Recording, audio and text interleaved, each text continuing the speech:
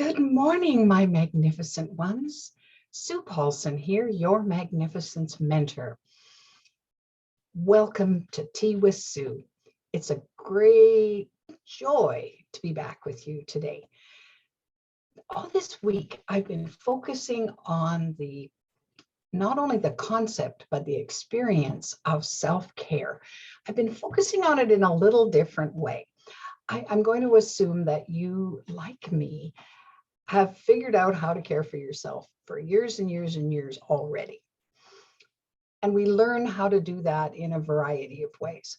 Of course, in our fast-paced everyday journey right now, it seems as if we do things to speed the process up, to time things out so that we're not wasting time looking after ourselves. So can you have a 2-minute shower and get out the door? Can you brush your teeth really fast and all the things that you need to do to look after yourself? Pull your clothes out of your closet and just go. Well, that's all very well and good. And in the hustle bustle of life, there are times when we gear up and speed up and do that. The challenge, though, I think, is in the process of that, we lose the experience of really caring for ourselves. And of course, we lose the experience, too, of caring for others and involving them in the joys of self-care. So let me give you a little example. So this week, I've been very mindful of how I go about doing the daily things that I do that look after me physically, emotionally, mentally, spiritually, all those things. So let's take the physical body. It needs food, right? and I'm a foodie, I confess. I love food. And so, but because I've cooked for so many years, I haven't been all that enamored of staying in the kitchen too long. So it's just easy to just open the fridge and grab something quick that fills my body and does the job.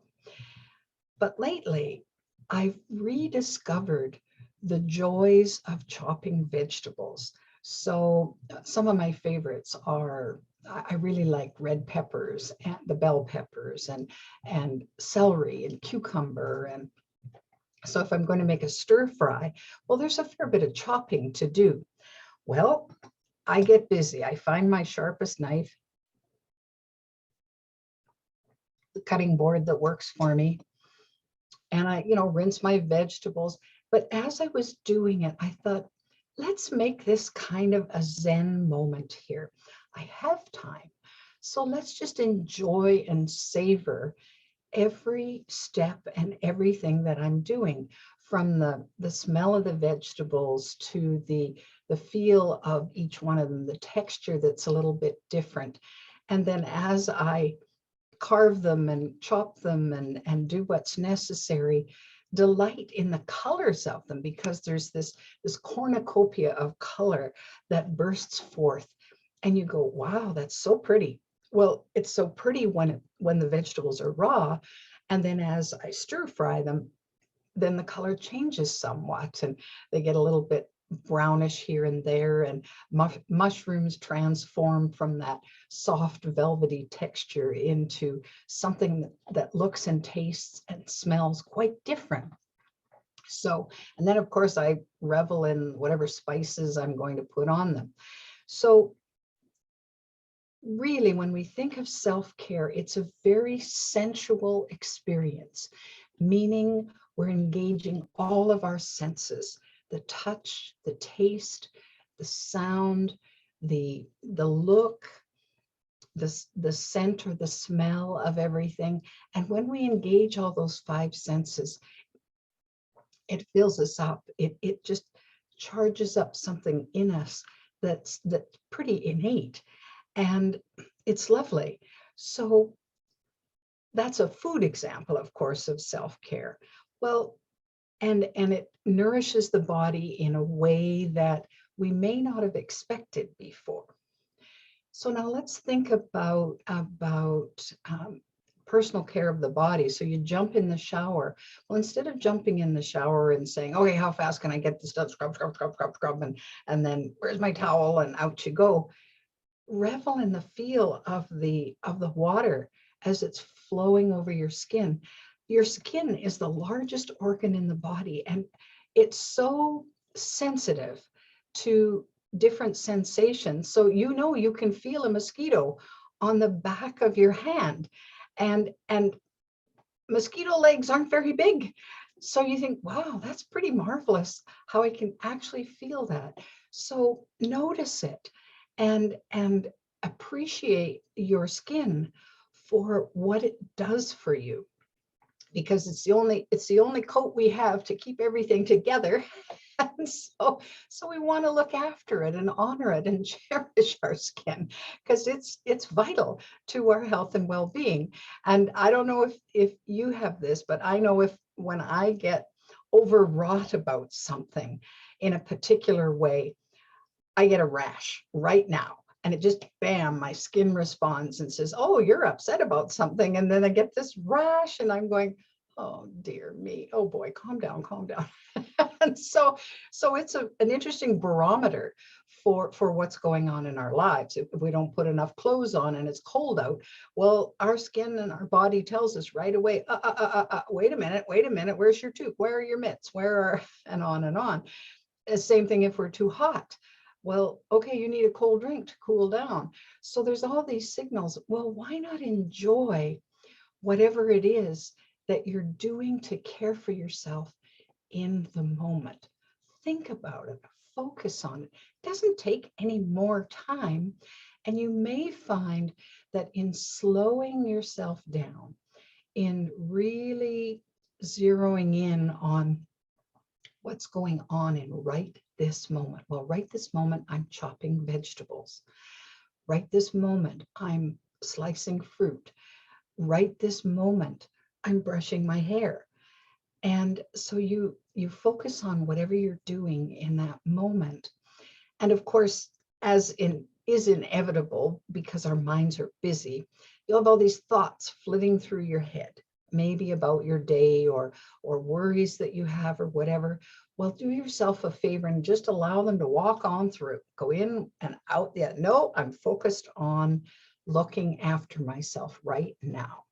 So when you focus on you in just that moment or two, it sets you up to have a good day so that you can focus better on other people. That's why having a meditative moment, for example, first thing in the morning, a little time of contemplation and just to ease into your day, even if it means waking up 10 minutes earlier to say, all right, let's just focus on me for a moment. And if you want to nourish your spirit, nourish your soul, then it's to allow yourself to go into that contemplative focus, that meditative state where you just allow yourself to be. You're not doing anything. You're just allowing yourself to be and be who you are. Be your magnificent self. So I think the more you can concentrate and focus on your senses and on looking at, well, how does that work for me? How do I take that through my day? So your first cup of coffee in the morning, don't just wait for it to cool and then start gulping it down. The aroma of coffee is quite lovely. So savor the scent of coffee and then that first sip and the maybe slight bitterness on your tongue, or if you use cream, maybe it's particularly velvety, whatever that is. Well, engage in your cup of coffee and appreciate it as it flows down into your throat and your body, and you feel this little perk up to wake you up. So for me, tea is a very sensual experience. I pull out my favorite cup. I smell the Earl Grey and that bergamot in there that I so enjoy. and put my little bit of lightener in it, whether it's coconut milk or whatever I happen to have on hand. And it just really puts me in the frame of mind that I want to be in. And it helps me just gear down and slow down. It doesn't mean that we don't have to go at times in our lives. I was roaring around the drugstore the other day because my car wouldn't start and I had to get a boost. And so that had me kind of flapping. I was feeling all upset because I only had a certain amount of time to get done what I wanted to get done. And it set me back on my schedule.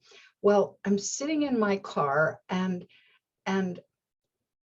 letting it run because I'd had the boost. And I'm going, okay, and I see this odd light, another light on my dashboard that's not supposed to be there. And I'm going, oh.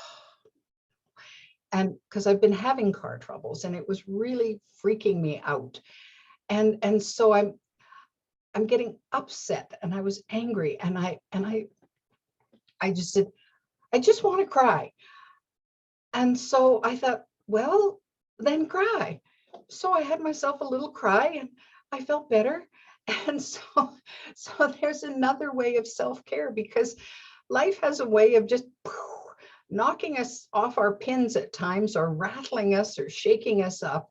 And for me, because I feel things quite intensely, then this idea of the car just kind of hit me, and I'm going, okay, Sue, now, okay, what do you need to do to calm down? And so the cry helped, and I started tapping. If you're familiar with the emotional freedom technique, it was a great way for me to just bring my stress levels down. And so then, yes, I didn't have a lot of time to go from where I needed to be back into my office so I could get on a call that I was scheduled. And I was envisioning being a half hour late. But it was interesting how just calming down, I created more space for myself. I created, in a very interesting way, more time. And the funny thing was, at the grocery store, at the drugstore, their computers weren't functioning properly. So they had to run all my purchases through twice before I could pay. And I'm going, oh, well, I'll get home when I get home, and I'll get on the call when I get on the call. Well, much to my delight and surprise, instead of being 30 minutes past when I wanted to be there, I was only 10 minutes past. And I was able to grab myself a drink and something to eat while I was getting ready for the call. So it was fascinating to me how dealing with whatever was going on with me, which was some upset and some franticness and this concern and worry and all of that, because I sat there for a moment and I dealt with it, then I got my equilibrium back and I was able to carry on with my day. So, you know, you can do this. You know, you are magnificent enough to just take this on and notice. And the question you ask yourself, is there a better way I can take care of myself in this moment? What can I do? What do I need? How can I take care of myself? And then do it. Do whatever comes to you. And you don't have to take a long time. You can take longer if you have the time, but give yourself that gift. And I think you'll find that when you give yourself that gift, or give that gift to you, then whatever you give to anyone else will be easier, and you'll have less anxiety around looking after other people as well. So, my dear magnificent ones, go take that on for this next week. Be mindful of self-care and paying attention to your senses. If you like this video, please share it. Please subscribe to my channel. I invite you, if you'd like more Tea with Sue, this is episode 56, so there's quite a few before this. You're welcome to download my free app, The Magnificence Mentor, either at Google Play or the Apple Store. And you'll find lots more Tea with Sue content in there. In the meantime, have a glorious weekend, and we'll see you next week.